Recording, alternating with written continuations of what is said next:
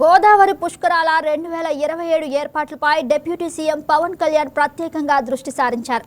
ఈ క్రమంలో పుష్కరాల ఏర్పాట్లపై రాజమహేంద్రవరం కార్పొరేషన్ కార్యాలయంలో కీలక సమీక్ష సమావేశం నిర్వహించారు. ఈ సమావేశంలో పలు శాఖల అధికారులు, కూటమి ఎమ్మెల్యేలు, ఎమ్మెల్సీలు పాల్గొన్నారు. ఈ సందర్భంగా పనులు ఎలా జరుగుతున్నాయని అధికారులను అడిగి డిప్యూటీ సీఎం తెలుసుకున్నారు. ఈ క్రమంలో అధికారులకు పలు అంశాలపై దిశానిర్దేశం చేశారు. గోదావరి పుష్కరాలకు సుమారు 10 కోట్ల మంది భక్తులు వచ్చే అవకాశం ఉందని అంచనా వేస్తున్నామని, అందుకు తగిన విధంగా ప్రత్యేక ఏర్పాట్లు చేయాలని అధికారులను పవన్ కళ్యాణ్ ఆదేశించారు.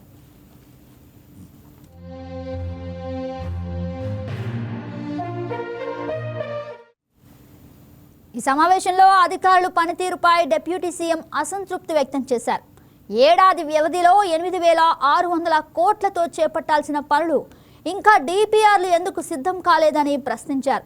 ఒకే సంవత్సరంలో 7,000 పనులు ఎలా పూర్తి చేస్తారని నిలదీశారు. ముఖ్యంగా పుష్కరాల నిర్వహణలో టూరిజం శాఖ నుంచి సరైన సన్నద్ధత ఎందుకు కనిపించడం లేదని మందలించారు. ఇష్టానుసారంగా ఖర్చు పెడదామని అనుకుంటే కేంద్ర ప్రభుత్వం నిధులు ఇవ్వదని స్పష్టం చేశారు. Andhra Sugars Limited, Andhra Paper Limited, Vision Drugs Private Limited, Tagore Laboratories, Tagore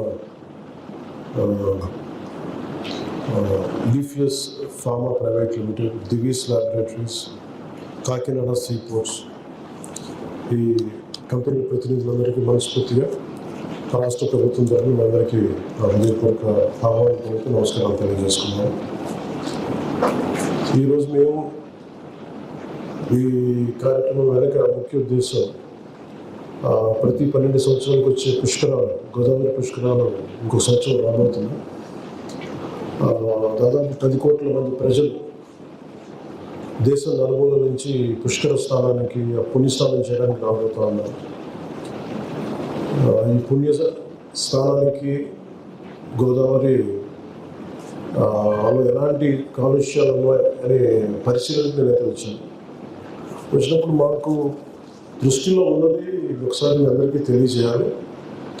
ఉదాహరణకి ఆంధ్ర పేపర్లో 6 million litres per day to be treated before discharge.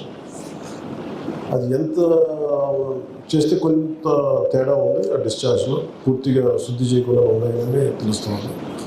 అలాగే ఆంధ్ర షుగర్స్ 0.5 మిలియన్ లీటర్స్ శుద్ధి చేసిన ఎఫ్లూయెంట్స్ అన్నారు, కానీ దాంట్లో కూడా చాలా తేడా ఉంది.